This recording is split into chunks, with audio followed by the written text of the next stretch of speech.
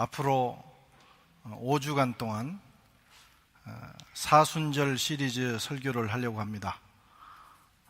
부활주일 다음 주일까지 5번에 걸쳐서 예수님과 관련된 핵심적인 개념들을 가지고 말씀을 나누면서 은혜를 받고자 합니다.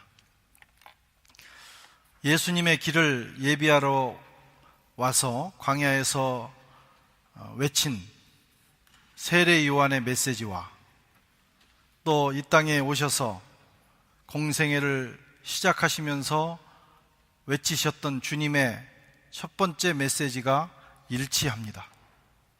회개하라, 천국이 가까웠느니라. 회개하라, 천국이 가까웠느니라. 천국을 다른 말로 하면 하나님의 나라입니다. 천국은 지상의 나라와 대비되는 개념을 강조한 것이고, 하나님의 나라는 누가 통치하시느냐, 통치 개념을 강조한 것입니다. 예수님은 이 땅에 하나님 나라를 가지고 오셨습니다. 물론 예수님은 많은 것들을 우리에게 선물로 가지고 이 땅에 오셨지요. 구원, 치유, 회복, 축복, 행복, 인생의 가치, 진리, 수많은 것들을 하나로 안고 이 땅에 찾아오셨습니다. 그러나 이 모든 것이 하나님 나라를 이루어가는 과정에, 그리고 하나님 나라 안에 다 포함된 내용들입니다.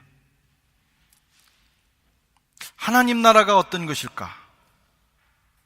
하나님의 나라는 바실레이아 투 데우, 하나님이 다스리는 나라, 영어에서는 Kingdom of God.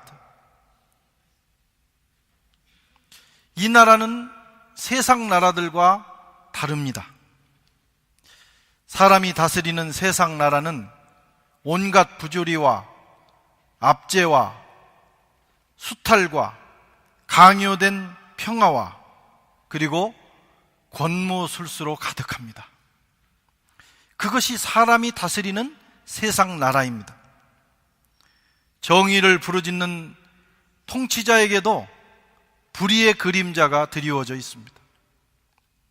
인권을 목놓아 외치는 지도자에게도 인권을 유린하는 모습이 존재하고, 백성을 사랑한다는 통치 철학을 가진 자에게도 자기의 정적만큼은 제거해야만 되는 모순과 딜레마가 있어요. 민주주의라는 이름으로 자행되는 민주 독재도 있습니다. 이것이 바로 사람이 다스리는, 사람이 왕이 되어 통치자가 되어 다스리는 세상 나라의 현실이고 부조리이고 딜레마입니다. 그러나 예수님이 가져오신 하나님의 나라는 다릅니다. 그래서 거기에 우리의 희망을 두는 것이죠. 그 나라는 역설적 조화의 나라입니다. 사랑과 공의, 함께 공존할 수 없는 개념이에요. 사랑을 지키기 위해서는 공의를 희생시켜야 되고, 공의를 유지하기 위해서는 사랑을 훼손시켜야만 되는 아주 대립된 개념입니다. 그러나 하나님의 나라에서는 사랑과 공의가 100% 성취가 되는, 조화가 되는 나라입니다. 십자가를 통해서 하나님은 그의 사랑을 100% 이루셨고, 십자가 위에서 하나님은 죄를 심판하시는 공의를 이루셨어요. 하나님의 나라는 질서와 자유가 조화를 이룹니다. 그 나라는 세상에 있는 부조리가 제거된 나라입니다. 가난하고 약한 자도 대우받습니다. 어디 세상에 가난하고 약한 자가 대우받습니까? 겉으로는 다 그런다고 말을 하지만 실상은 그렇지 못한 것이 현실입니다. 크고 부유한 자가 섬기는 나라입니다. 원수까지도 사랑하는 나라입니다. 먼저 된 자가 나중되고 나중된 자가 먼저 되는 놀라운 역사가 있는 나라. 그 나라는 먹고 마시는 것이 궁극적 가치가 아니라 의와 평화와 희락을 이루는 것이 궁극적 가치가 되는 나라. 세상에는 없는 나라입니다. 예수님께서 바로 그 나라를 가지고 오신 거예요.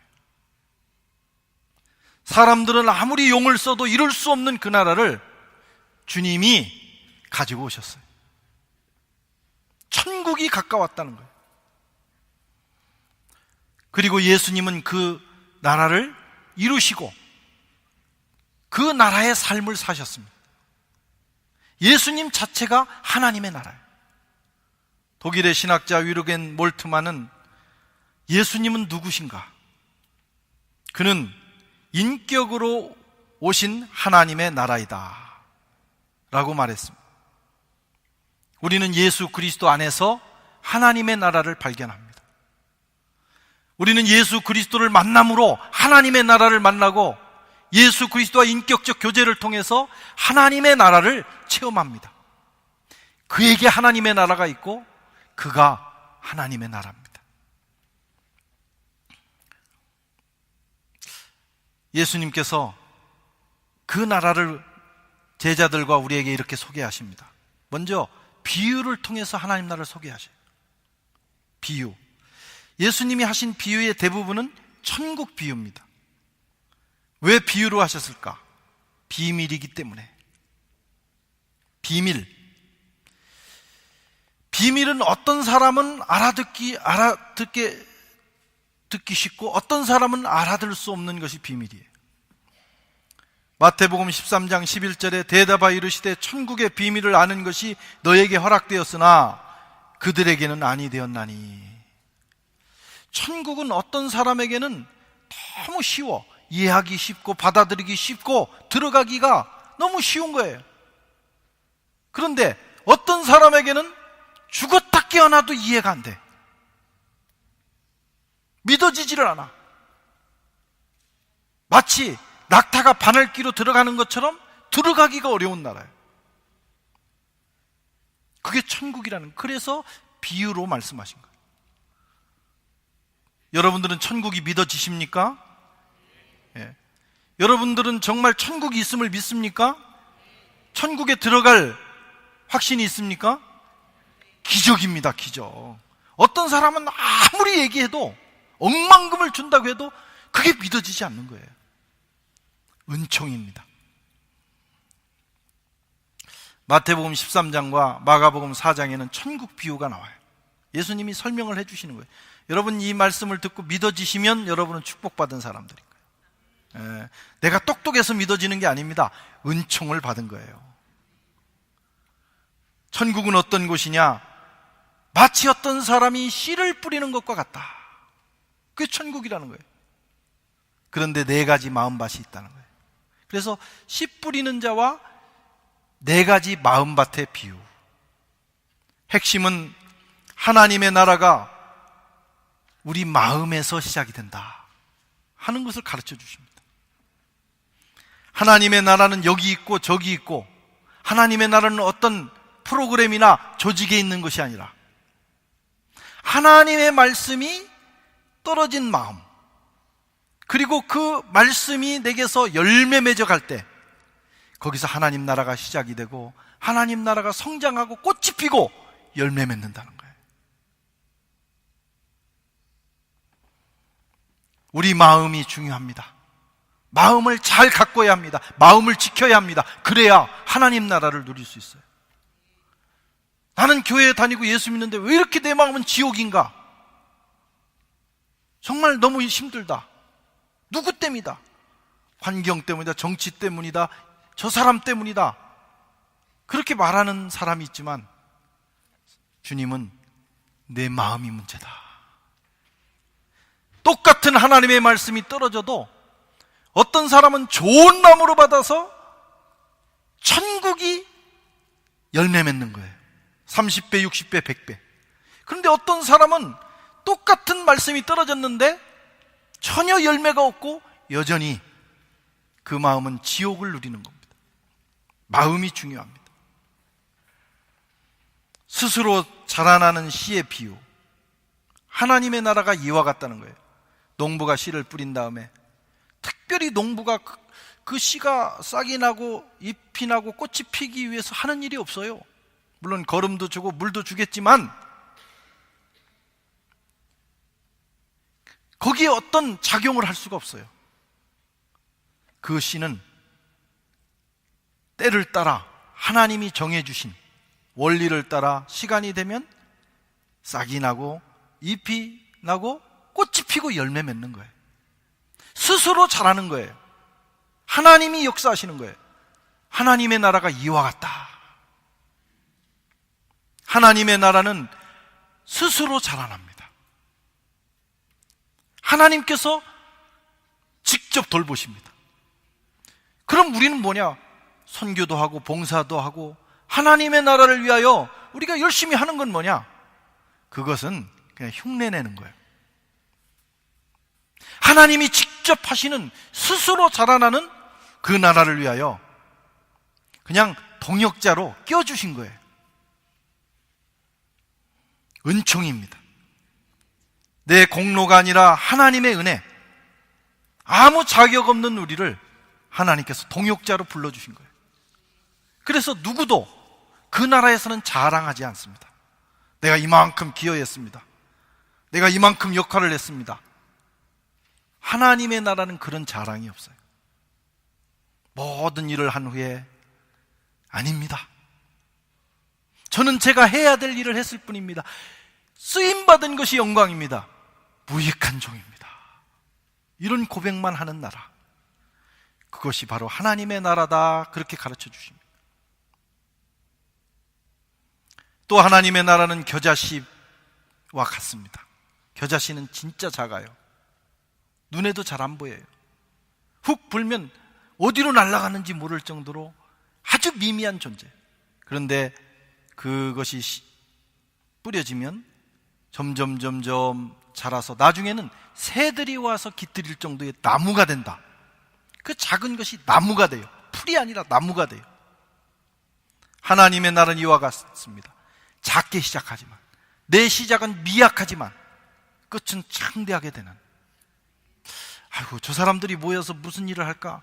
저 교회가, 아이고, 저게 무슨 영향력이 있을까? 그래도 이런 조직을 갖추고 이런 재력이 있고 이런 사람들이 모여야지. 그렇게 세상은 생각하지만, 그래서 무시하는 곳이지만, 그러나 하나님의 나라는 그렇게 처음에는 미미해 보여서 사람들이 기대하지 않을지라도 시간이 지나면 여러분, 세상이 와서 깃들이고 의지할 만큼 영향력 있는 나라가 된다는 거예요. 교회는 작은 하나님의 나라예요. 그래서 교회가 보잘것없어 보이지만 하나님께서 역사하시면 점점 자라서 세상을 돕고 세상을 살리는 그런 역사를 이루게 되는 것입니다. 또 예수님께서는 이 비유뿐만 아니라 치유와 축사, 귀신 추방 사건을 통해서 하나님 나라를 보여주십니다. 예수님의 치유 이적과 귀신 추방은 그들의 죄가 용서되었고 하나님 나라가 도래했다 하는 것을 보여주는 사인이에요. 마태복음 12장 28절과 마가복음 2장 5절을 우리 큰 목소리로 한번 읽겠습니다. 그러나 내가 하나님의 성령을 힘입어 귀신을 쫓아내는 것이면 하나님의 나라가 이미 너에게 임하였느니라. 예수께서 그들의 믿음을 보시고 중풍병자에 이르시되 작은 자야 내 죄사함을 받았느니라. 아멘. 예수님은 공생애 내내 병을 고치시는 일과 귀신을 쫓는 일을 계속하셨어요. 십자가에 달리시기 전까지 오늘과 내일 귀신을 쫓고 병을 고치다가 마지막 날 3일째 내가 완전해지리라 말씀하셨어요. 왜 그러셨을까요?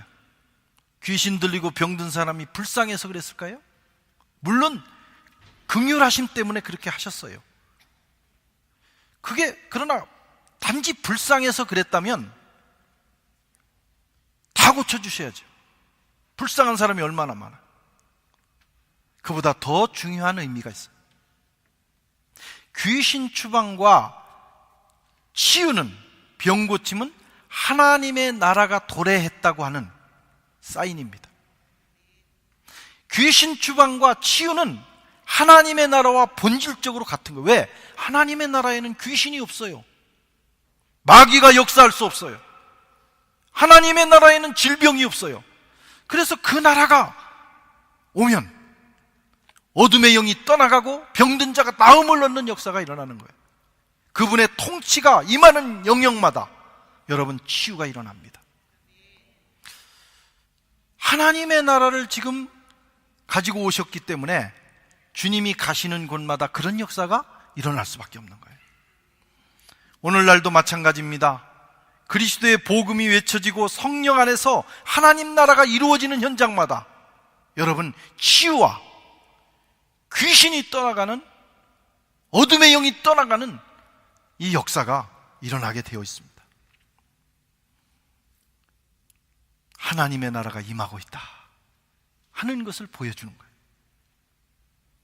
교회에서도 그런 일들이, 우리 교회에서도 많은 치유와 회복의 역사가 일어납니다. 하나님의 통치가 임하고 있다는 증거입니다. 또 예수님께서는 하나님 나라를 이렇게 보여주셨어요. 거룩한 교제가 있는 곳에 하나님의 나라가 있다. 꼬미니오, 이 교제는 굉장히 중요합니다. 하나님의 나라가 언제 어떻게 이루어지느냐? 이웃과 또는 하나님과의 거룩한 교제를 통해서 이루어진다는 거예요. 그래서 주님은 계속 식탁 공동체를 나누고 제자들과 함께하고 사람들을 찾아가서 교제권을 넓혀가십니다. 어떤 분들은, 특히 현대인들은 개인주의가 강해서 이웃에게 간섭도 안 하지만 간섭 받는 것도 싫기 때문에 이 교제를 힘들어합니다. 또 성격적으로 그런 사람도 있어요. 뭐 다혈질 이런 사람은 교제를 굉장히 좋아하지만 우울질, 뭐 점액질 이런 사람들은 교제가 참 불편하죠. 그래서 신앙생활을 해도 다른 건 다 하는데 교제는 안 하는 분들이 있어요. 그러나 명심하셔야 돼요. 그만큼 그 사람은 하나님 나라를 잃어버립니다. 천국은, 하나님의 나라는 여러분 이웃과의 교제를 통해서 이루어집니다. 아멘. 그래서 부지런히 교제하셔야 돼요. 물론 불편하죠. 그 불편함을 극복하고라도 우리가 교제할 때 천국의 기쁨이 우리에게 임하게 돼요. 물론 세상 사람들도 교제합니다.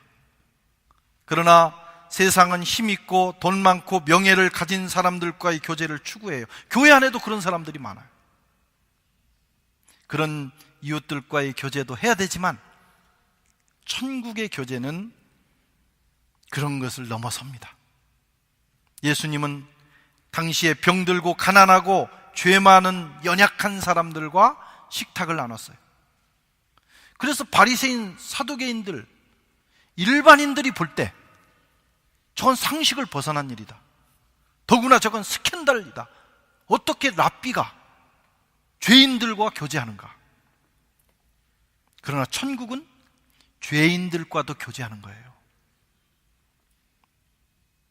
천국은 죄인 아닌 사람이 오는 게 아니라 죄인까지도 와서 변화받는 거예요. 그들은 비난했습니다. 저자는 도대체 죄인들을 환영하고 그들과 함께 음식을 나누고 있구나. 당시의 어린아이, 가난한 자들은 사회적 약자였어요. 그래서 교제권에 들어오지를 못합니다. 제외됩니다. 거기에는 천국이 없다는 거예요. 하나님의 나라는 그들까지도 포용해야 합니다. 아멘. 오늘날로 말하면 실업자. 여러분, 실업자와 교제하는 것이 부담스러울까요? 즐거울까요? 부담스러운 거예요. 밥값도 내가 내야 되고 또 돈 빌려달라고 하지 않을까 두렵고 뭔가 깨림칙합니다. 누군가가 지금 실업자다. 그러나 천국은 그들을 기꺼이 환영하고 내 교제권으로 끌어들일 때 하나님 나라가 이루어지는 거예요. 굶주린 자, 노예, 낙담하고 슬퍼하는 자, 옥에 갇힌 자, 인간의 존엄성을 유린당하고 있는 자들, 마음으로는 불쌍한데 실제 친구가 되라 그러면 누구나 그거 참 부담스러워한다. 그런데 하나님 나라는 그들과 교제하는 그 현장에 이루어지는 거예요. 제3세계의 여성들, 노동 착취를 당하는 어린이들, 아프리카의 어린이들. 우리가 아프리카에 가보면요, 여기 그래도 파리에서 만나는 그 흑인 아이들은요, 정말 천지차이입니다. 삶의 질이. 그 아이들은 오늘 만났다가 내일 안 보이는 아이들도 있어요. 말라리아에 걸렸고 그 모든 위험에 노출돼서 그냥 살아가는 거예요. 그런 아이들을 막 오면 막 안기고, 걔네들은 너무 그게 그리우니까 안기고 막 붙들고 막 그럽니다. 그런 아이들과 더불어 정말 친밀한 교제를 하고 품어 안을 때 천국이 거기서 이루어지는 거예요. 그들에게 다가가 그들과 식탁을 나누며 교제해야 합니다. 예수님이 그렇게 하셨어요. 천국은 이런 곳이다. 그 누구도 소외되지 않는 나라. 하나님의 나라는 사회적 약자들을 형제로 받아들이는 거룩한 교제 안에 있어요. 교회도 그런 곳이 되기를 바랍니다. 우리 교회는 누구나 올 수 있어요. 2단은 안 돼요. 2단은 안 되는 거예요. 왜냐하면 그건 적 그리스도이기 때문에. 그러나 그 외에 도둑놈도 와도 되고 살인자도 와도 되고 와서 다 예배 드릴 수 있고 그들이 변화되게 되는 거예요. 아멘. 끼리끼리 좋아하는 사람들끼리만 모이면 하나님 나라가 아닙니다. 내가 좋아하지 않는 사람까지도 함께 교제할 때 그 거룩한 그 꼬뮤니온 속에 여러분 하나님 나라가 자라나기 시작하는 거예요. 하나님의 나라는 우리의 삶의 우선순위입니다. 지혜로운 사람은 가장 중요한 것을 삶의 우선순위로 둡니다. 오늘 본문에 주님께서 우리에게 그걸 가르쳐 주시고 계세요. 한번 같이 읽겠습니다. 그러므로 염려하여 이르기를 무엇을 먹을까, 무엇을 마실까, 무엇을 입을까 하지 말라. 이는 다 이방인들이 구하는 것이라. 너희 하늘 아버지께서 이 모든 것이 너에게 있어야 될 줄을 아시느니 너희는 먼저 그의 나라와 그의 의를 구하라. 그리하면 이 모든 것을 너희에게 더하시리라. 그러므로 내일 일을 위하여 염려하지 말라. 내일 일은 내일 염려할 것이요 한날의 괴로움은 그날로 족하니라. 하나님의 나라와 그의 의, 그것이 그리스도인의 삶의 우선순위라는 거 우리 주님이 가르쳐 주셨습니다. 이것은 절대적 가치예요. 주님이 직접 하신 말씀입니다. 아무도 바꿀 수 없습니다. 물론 먹고 마시고 입고 잠자는 의식주의 문제가 중요하죠. 아유, 목사님은 직장 생활을 안 해봐서 그래요. 그렇게 속으로 생각하는 분이 한 3분 계실 거예요. 제가 혹시 그렇다 할지라도 이건 주님의 말씀입니다. 의식주보다 더 중요한 것이 있나니 하나님의 나라와 의다. 물론 열심히 일해야 되고 부지런히 살아야 합니다. 아껴서 의식주의 문제를 스스로 해결해 나가야 됩니다. 그러나 그것이 궁극적 가치 또는 그것이 삶의 목표가 되면 안 된다는 거예요. 여러분, 돈 벌기 위해서 태어났습니까? 먹고 마시는 것이 목적입니까? 그보다 더 중요한 가치가 우리에게 있다는 거예요. 그 문제 해결되면 더 이상 살 가치가 없잖아요. 어떻게 하겠어요? 그러니까 인생의 그 순간에 인생의 허무함을 느끼고 탈선하는 것입니다. 우리는 그보다 더 소중한 가치가 있어요. Kingdom of God, 하나님의 나라와 그 의. 먹고 마시는 문제 중요합니다. 기왕이면 잘 사는 것이 중요해요. 그랬다고 성공한 인생은 아닙니다. 어떤 사람은 다른 사람보다 가난하게 살 수도 있어요. 작은 집에서 살 수도 있어요. 그렇다고 실패한 것도 아닙니다. 그 사람이 자기의 인생을 하나님 나라와 의를 위하여, 영원한 가치를 위하여 살았다면 그 사람은 성공한 인생이에요. 인생의 성공과 실패는, 실패의 기준은 거기에 있는 거예요.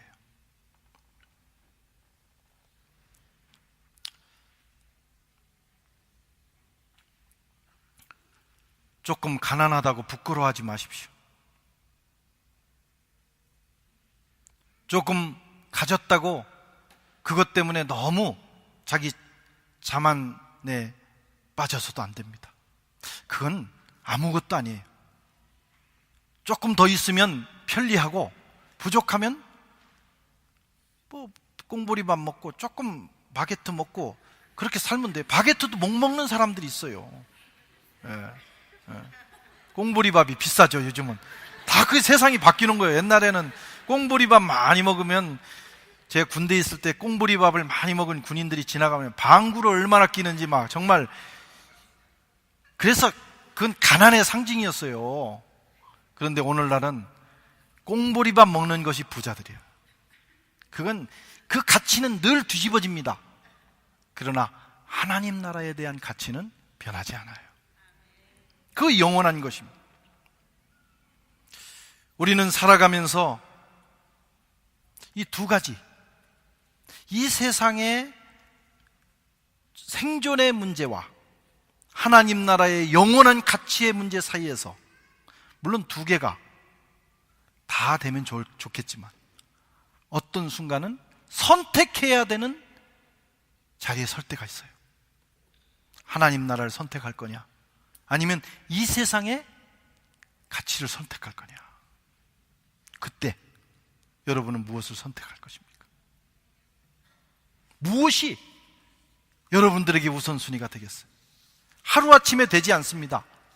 매일같이 조금씩 하나님 나라를 바라보고 그것을 사모하고 그 가치를 소중히 여기고 선택하는 훈련을 하다가 그 중요한 순간에, 그 중요한 순간이라는 건 하나를 잃어야 되는 거예요. 그때 주의 나라를 선택할 수 있는 거예요. 그 사람은 성공한 인생입니다.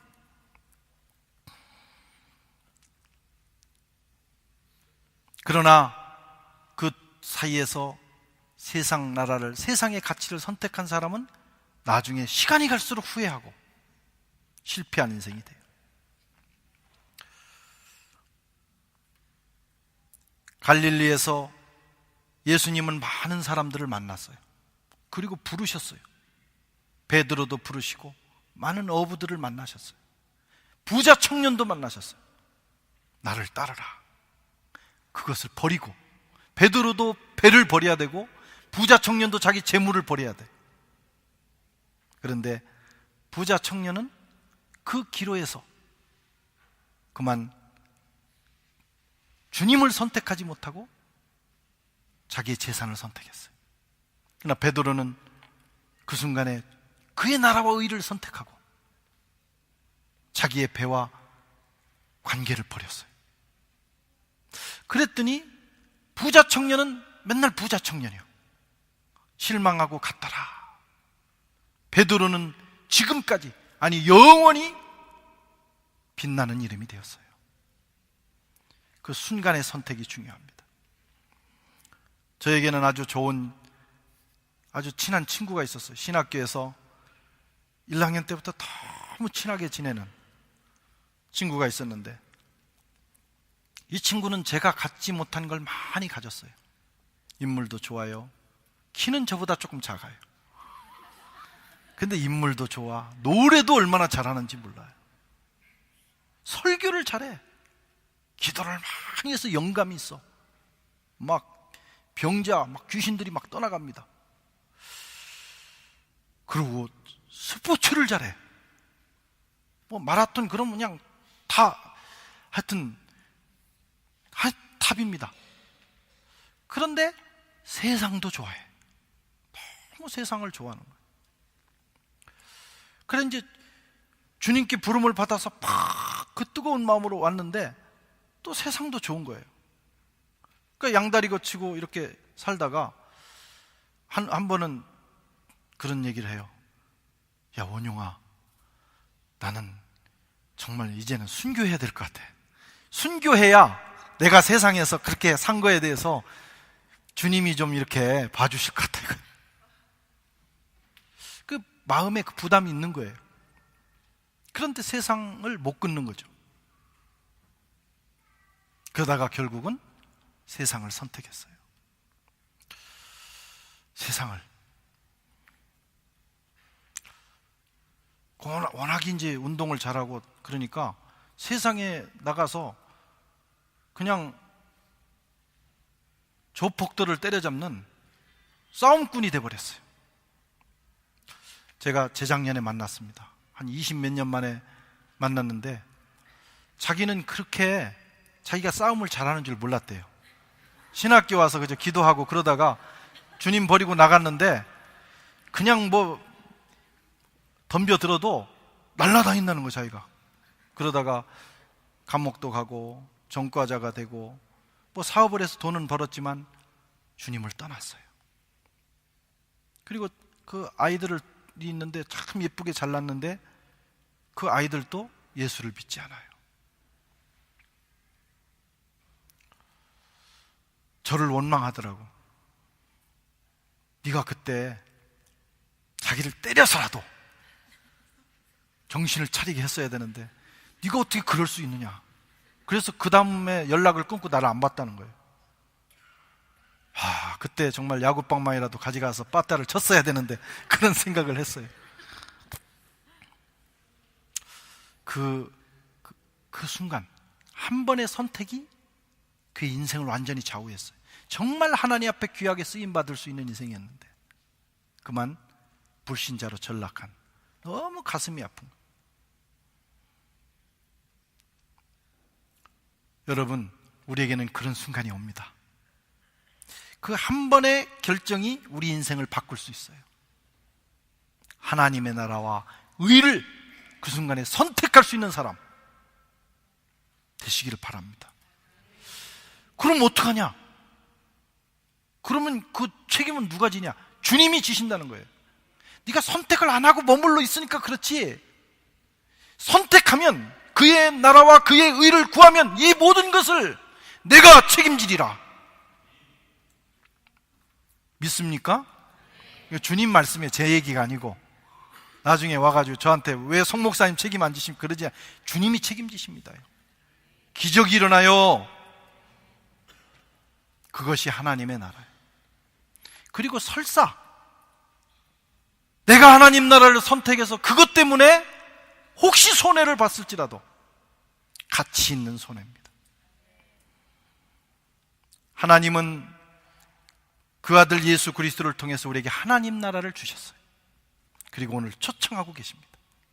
마음을 열고 그 나라를 받아들이고 그 나라를 선택하고 그 나라를 배우고 그리고 그 나라를 삶의 우선순위로 두고 사는 사람은 복된 사람입니다. 사순절, 하나님의 나라를 깊이 묵상하시고 그 나라를 우선순위로 살아가심으로 저와 여러분들이 이 땅에 있는 동안에도 하나님 나라를 누리는 기적이 있기를 주의 이름으로 축원합니다.